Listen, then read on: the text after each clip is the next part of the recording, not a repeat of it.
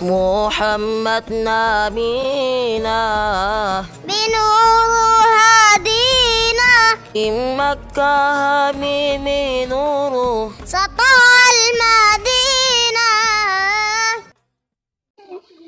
Assalamualaikum warahmatullahi wabarakatuh. Waalaikumsalam warahmatullahi wabarakatuh. Rabbi zidni ilma warzuqni fahma. Amma ba'd. Jadi, nah itu ketika Anda pengen belajar Islam, jangan banyak cerita sama orang. Belajar sendiri, nanti setelah tahu juga jangan ngasih ke orang lain. Buat dirimu sendiri aja dah gitu. Nanti diserbu nantinya. Memang kita sulit begini. Cara belajar dalam belajar ilmu agama itu caranya sudah ditetapkan oleh Allah dan dicontohkan oleh Nabi SAW dan dilanjutkan oleh murid-murid terbaik beliau, para sahabat radhiyallahu anhu. Bagaimana caranya? Cara belajar adalah belajar bukan belajar diam-diam, bukan belajar otodidak tanpa guru, bukan belajar sendiri-sendiri. Tetapi bagaimana cara belajar? Belajar dari para ulama yang mu'tabar.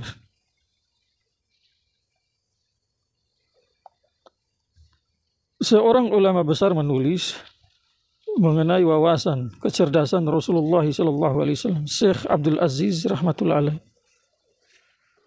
Boleh tulis bahwa kecerdasan Rasulullah SAW adalah, jadi akal itu ada 199 dikasih sama Rasulullah, satunya dibagi untuk semua. Tetapi Allah ajarkan kepada setiap hambanya itu bahwa Rasulullah SAW saat menerima pelajaran dari Allah, sebabnya siapa? Jibril alaihissalam. Para sahabat radhiyallahu anhum juga, mereka belajar Al-Quran yang Allah turunkan ke atas Nabi Muhammad SAW. Belajarnya bukan langsung ke Allah. Tanpa ragu, Allah sanggup ajarkan langsung para sahabat tanpa melalui perantara. Tetapi itu sudah undang-undang dari Allah. Maka sahabat radhiyallahu anhum, mereka belajar dari siapa? Rasulullah sallallahu alaihi wasallam. Sesama mereka juga saling belajar satu sama yang lain. Setelah Rasulullah sallallahu alaihi wasallam meninggal dunia, Abdullah bin Abbas radhiyallahu anhuma, yang saat itu usia masih belia, beliau belajar dari siapa? Dari para sahabat yang senior. Semasa Rasulullah masih hidup sallallahu alaihi wasallam, Abdullah bin Abbas belajar juga sama Rasulullah. Tetapi karena usia yang sangat masih sedikit, maka kedalaman belajar sebagaimana senior-senior dari kalangan para sahabat tidak bisa. Makanya beliau belajar sama para sahabat. Yang kedua, setelah dipelajari ilmu agama, maka jelas itu harus ada pembuktian. Ilmu yang dipelajari bukan untuk diri sendiri, tetapi yang dipelajari adalah untuk diri sendiri nomor satu. Yang kedua adalah untuk menyampaikan amanah dari Allah untuk manusia. Jadi bukan disembunyikan, bukan didiamkan. Di samping itu, satu lagi manfaat, apa yang kamu tahu saat kamu sodorkan di hadapan orang yang ahli, maka di situ ditahu yang selama ini kamu pelajari betul atau tidak.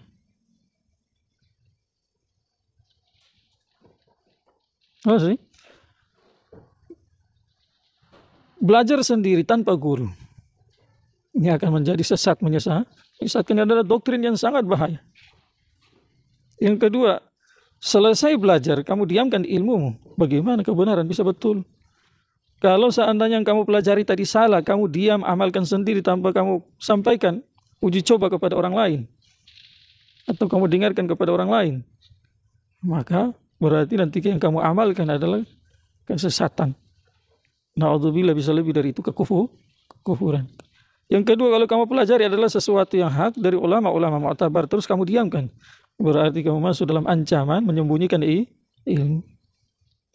Seorang sahabat Nabi SAW yang kelak pada hari kiamat bendera seluruh ulama akan berada di tangan itu.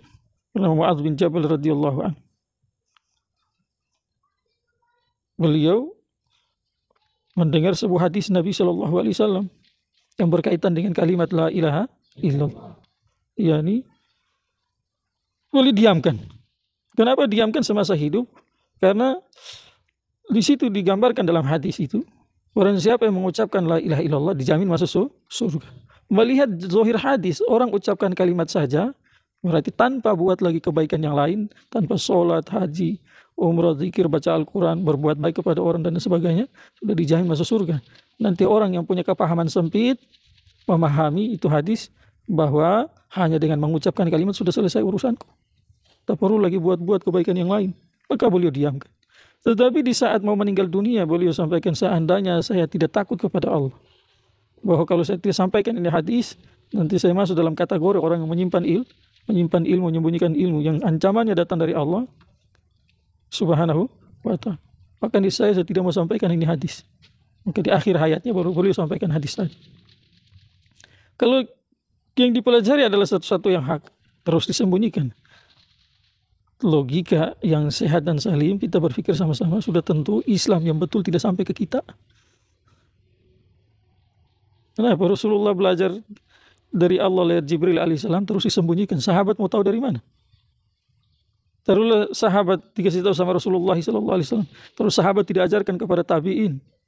Dari mana itu kebenaran yang datang dari Allah lewat Rasulullah SAW bisa sampai ke tabi'in dan seterusnya? Maka jelas-jelas ini adalah doktrin yang salah. Dalam belajar kita tidak boleh takut salah, tidak boleh malu, tidak boleh takut disalahkan. Orang belajar, paham tidak? Kita lihat Imam Syafi'i rahmatullah alaih. Beliau belajar tinggalkan Makkah. Dari kecil belajar dulu di Makkah. Setelah agak besar sedikit, tinggalkan ibu yang bapaknya sudah meninggal dunia, ibunya dalam keadaan janda, kemudian berangkat ke Madinah. Sebelumnya beliau belajar dulu untuk memperdalam bahasa Arabnya dengan menghafal syair. Kemudian belajar ke Madinah sama Imam Malik. Sampai selesai Imam Malik berangkat ke Irak. Sampai sana belajar sama muridnya Imam Abu Hanifah rahmatullah alaih, Imam Muhammad. Paham tidak? Dan seterusnya. Alias maksudnya yang mau saya sampaikan apa?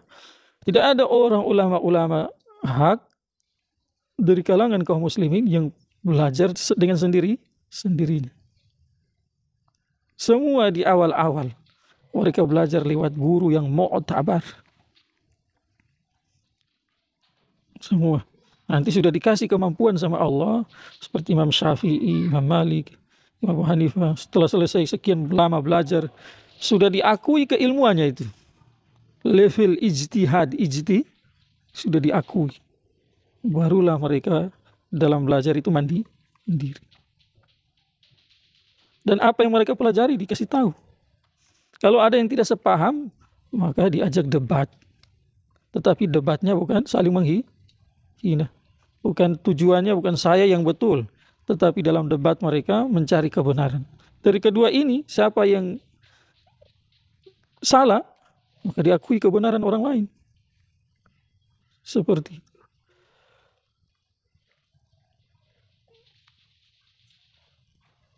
Yang berikutnya di dalam Al-Quran sendiri Allah sampaikan itu mengenai suruh bertanya.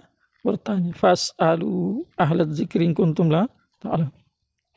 Menandakan apa? Orang belajar itu harus punya guru. Juga dalam hadis-hadis Nabi Shallallahu Alaihi Wasallam, Nabi sampaikan bahwa ulama adalah pewaris para nabi. Seperti itu. Makanya ini doktrin yang sangat bahaya. Yang mengikuti doktrin ini tidak sedikit dari mereka yang sesat dan menyesatkan. Tidak bisa. Bagaimana kamu mau bisa memahami wahyu yang turun dari Allah yang Allah suruh menjelaskan adalah Nabi Muhammad. Wa ma arsalna mir rasulin illa bilisani qaumihi liyubayyina lahum. Maka seperti itu cara belajar. Tidak boleh belajar sendiri, belajar diam-diam, terus yang ditahu didiamkan. Itu banyak mudaratnya. Paham ya? Saya belajar, saya sampaikan. Ada yang kritik, didengar. Ada yang tidak setuju, didengar. Diambil, ditelaah. Dijadikan satu bahan pertimbang dengan catatan yang kritik bukan berdasarkan kejahilan, hasad, iri, dengki, benci, bukan. Tapi kritiknya berdasarkan ilmu, yang tujuannya bagus, dilihat. Kalau misalkan saya salah, ya diambil, akui kesalahan. Kalau tidak, adu dalil. Nah, kalau masalah yang saya pegang adalah masalah yang berkaitan dengan mukhtalafun fih, yang para ulama di situ berbeda. Sehingga apa yang saya sampaikan di satu sisi dari ulama ini, saya dengar dari guru saya begini. Yang dia sampaikan dari ulama itu dari gurunya begini. Asalkan sama-sama yang kita ambil itu adalah pendapat dari ulama mu'tabar. Bukan katanya atau orang yang tidak jelas. Nah, maka masing-masing boleh jalan. Tetapi kalau yang didapat dari katanya dan orang yang tidak jelas, wajib ditinggalkan. Wajib apa? Ditinggalkan. Saya ulangi, doktrin ini sangat berbahaya. Semoga bermanfaat. Subhanallah.